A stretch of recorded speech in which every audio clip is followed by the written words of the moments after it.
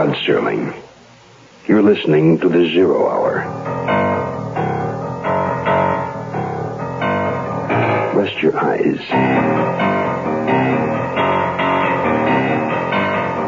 Exercise your imagination. Today, Kim Weisskopf's study of cinema murder come to life. Play Pigeons.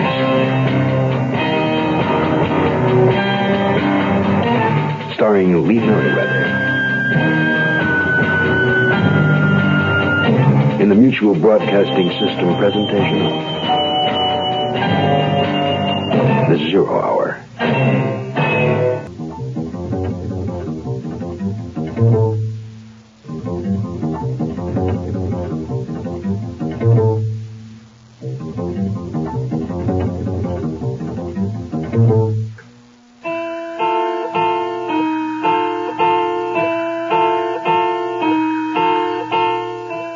Today, a story set in the make-believe world of movies. That gray area where reality wavers between fact and fiction. Actors are a strange lot. We tend to view them in two ways. As the characters they portray on celluloid and as real people.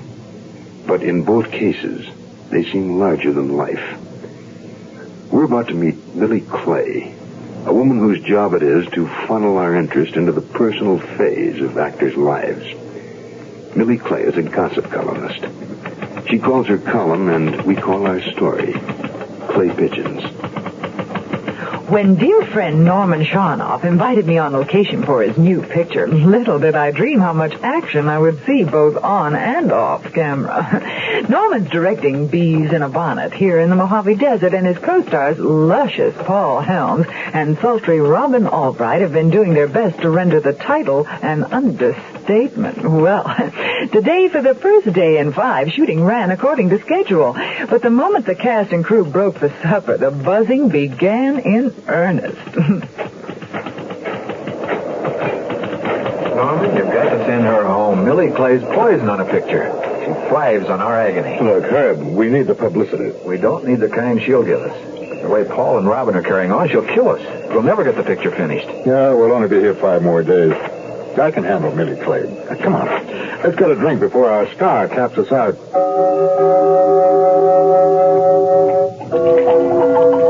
Go get me another bottle, will you, Mitch? You're not through with that one yet. Come on, Paul, lay off that stuff. You're juice. I want to go unconscious. It's the only way I can stand making these rotten pictures. Let's go over your lines for tomorrow. What are you, my fairy godmother? Mitch, all you've got to do is fall down when I'm supposed to and take a punch now and then. You're not being paid to give advice. You're the star. You bet I am. Now go get me another bottle. I'm telling you, the studio's not going to be happy with Paul's performance. He's got to dry out. Look, Herb, you're the link in the pipeline, huh? And tell them what they want to hear. They'll scream about the budget anyway. Why cause them further upset over something so trivial as a personality clash on the set? Can I help it if their stars hate each other's guts? Don't look now, but Miss Happiness just walked in, and she's breathing fire. Norman, I have to talk to you. Alone. Oh, yes, I was just leaving. See you when the sun comes up. Yes, Robin, dear, what is it? You know perfectly well what it is. Paul Helms. Now, how do you expect me to play the lover of a man I despise? You're an actress. Think of it as a challenge, honey. I signed for this picture because you were directing. I wanted to work with you. And you are doing just marvelously. I know how Paul can be. I'm a professional, and I demand to be treated as one. But just ignore him, honey. You try ignoring somebody who's constantly pawing at you, making snide remarks. It's affecting my performance. Now, Robin, you are perfect for the part. I've said that all along. Norman, I don't know how I can go on. Oh, well, you'll show us both in the morning, honey. Now, you try to get some sleep. I'll talk to Paul. And please keep Millie Clay away from me. Yes, I will. You know, Robin, after we finish the picture and the critics tell us what geniuses we are, you'll laugh at how serious this all seems right now. Bees in a Bonnet is going to be a super movie in spite of Paul Helms and Millie Clay and everything else. Oh, Norman. Do you really think so? No, I don't think so. I know it will.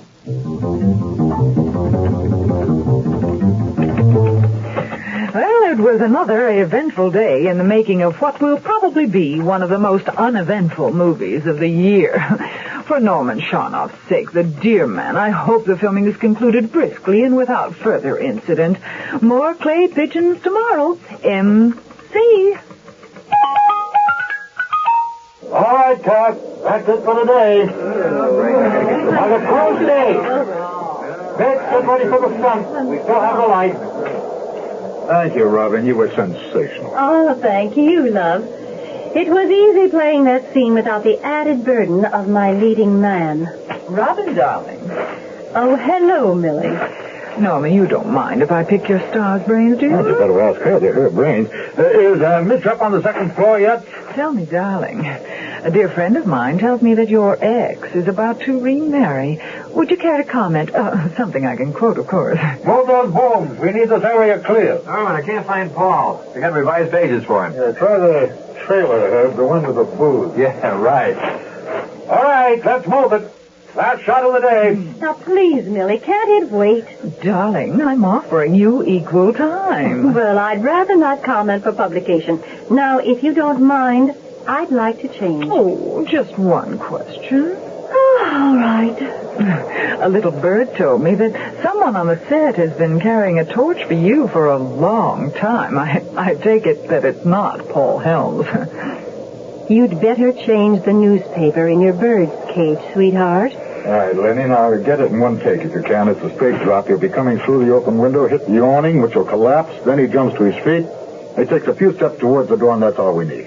Norman, your starlet is not very cooperative today. Please, Millie, not now. All right, quiet, everybody. Take it. These are on that window, full exterior insert. Take one. Rolling. Action. Who closed that window? Please, ladies. Looks like your stuntman's shaken up. What's the matter with you, Mitch? You missed the awning. Norman, he's hurt. Oh, no. Mitch, you all right? Mitch. What the devil's going on? Paul? Paul? This is Paul Helms. He's dead. Oh, my goodness, he's dead.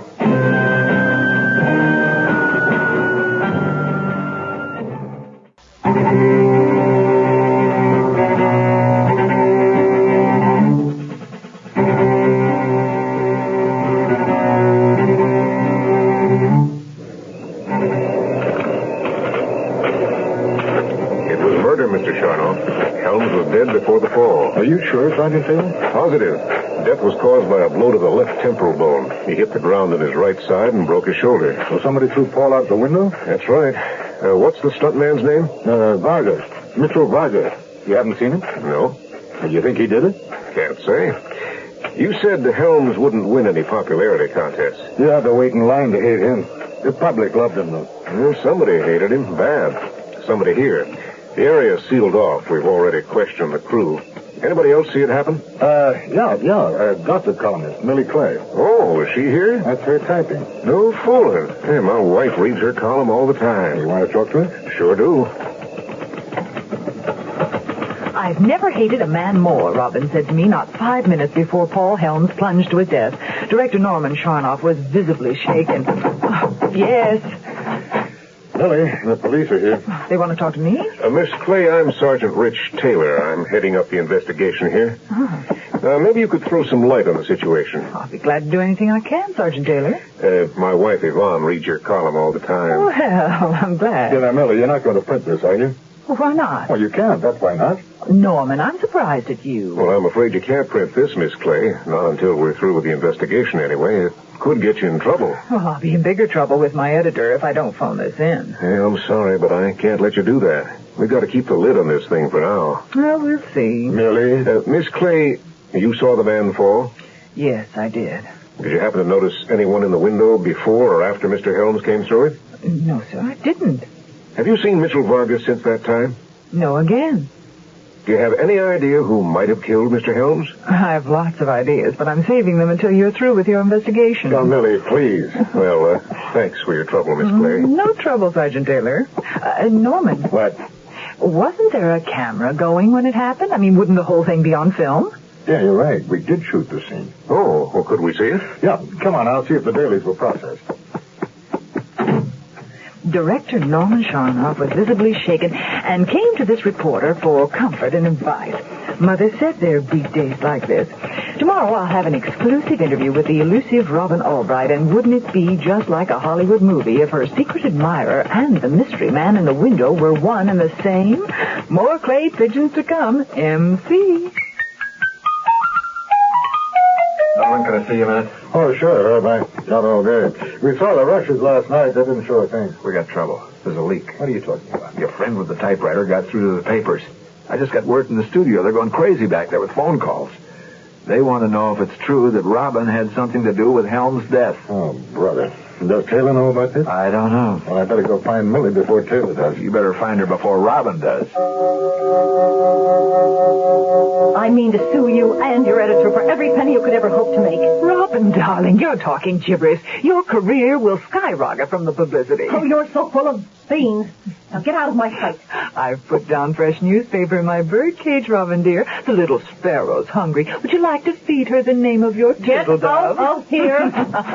Millie, what have you done? Norman, I'm quitting. Oh, look, you're just tense. Get her away from me before I kill her. You don't have to threaten me, dear. Well, it's Sergeant Taylor. I suppose you read the newspapers. Yep. We're going to have a little talk, Miss Clay. You can't stop me from printing the truth. I don't know about that, but I have some bad news for everyone. We found Mitchell Varga. He's dead.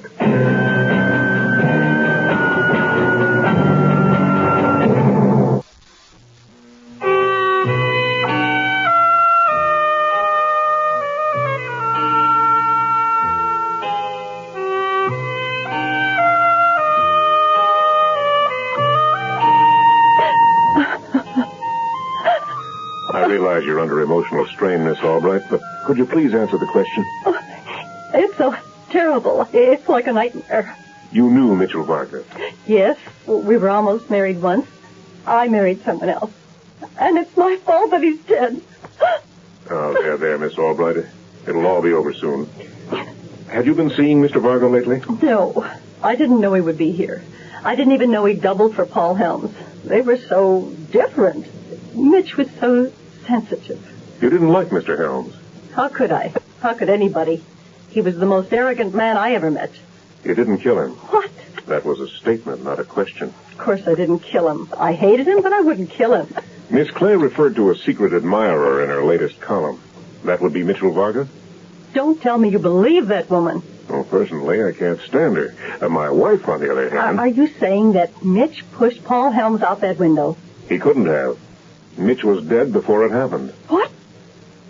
Oh, can't you stop Millie Clay from writing those lies? Oh, I could, but I've let her do it up till now. You knew she called in that story? Mm-hmm. Why? Professional reasons. There's something you should understand, Miss Albright. The very first thing I did when I was assigned to this case was hire Millie Clay. She's working for me.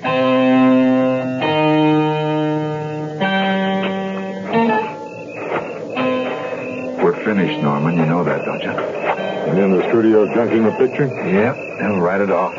We'll still get our money. If we ever get out of this desert. What do you make of this latest development? You mean about Mitch? Yeah. Beats me. I thought he killed Helms. Now I don't know what to think. Taylor talked to the studio, told him he'd see to it that Millie was muzzled. No, it's a little late for that, isn't it? Yeah, I guess so. Do you ever feel like a nightcap? No, thanks. I'm drained. I think I'll turn in. Okay, I'll see you in the morning, Herb. Good night, Norman.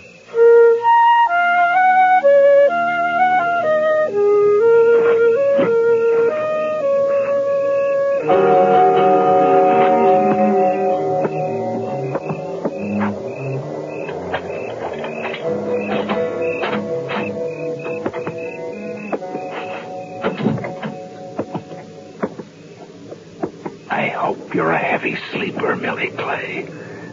If you're not, this is going to hurt. Otherwise, you won't feel a thing. She's not there, Herb. What? How did you... Drop the pipe. Drop it. Oh, I didn't mean to, but Oh, that Paul, I couldn't stand the way he treated Robin, always calling her names and touching her. She hated him, and so did I. So I... Millie, what a terrible woman. She was on to me. I had to get rid of her. It was Mitch I didn't mean to kill. I just tapped him, just a little tap. I didn't want him to die. I did it for her, for Robin. I loved her, only I never told her, but I had to prove it to her. I had to show her. Well, you chose the wrong way, I'm afraid. Herbert Griffin? Yes? I'm placing you under arrest on 2 counts of first-degree murder.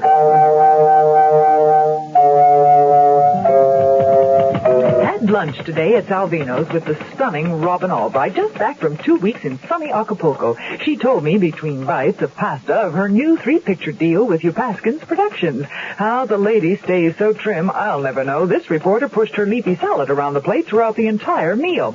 Dear Norman Shawnoff writes from Kyoto, where he's scouting locations for his upcoming thriller, The Velvet Scepter.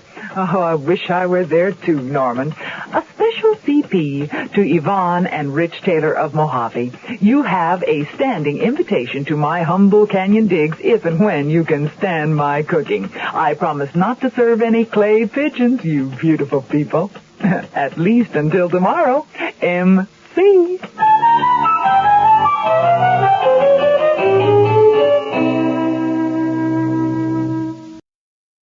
I'm Rod Serling. Close your eyes, exercise your imagination, and join us again on our next presentation of The 0 Hour. Clay Pigeons is an original radio drama by Kim Weisgott. Lee Merriweather was heard as Millie Clay. Featured in the cast were Ben Wright, Maggie Mullally, Olin Soul, Byron Kane, and Joe DeSantis. 0 Hour, created by J.M. Coates, directed by Don Hills, is produced in Hollywood for the Mutual Broadcasting System by Radio Productions Incorporated. Music is composed and conducted by Stanley D. Hoffman. Rochelle Sherman, associate producer. This has been a presentation of the Mutual Broadcasting System.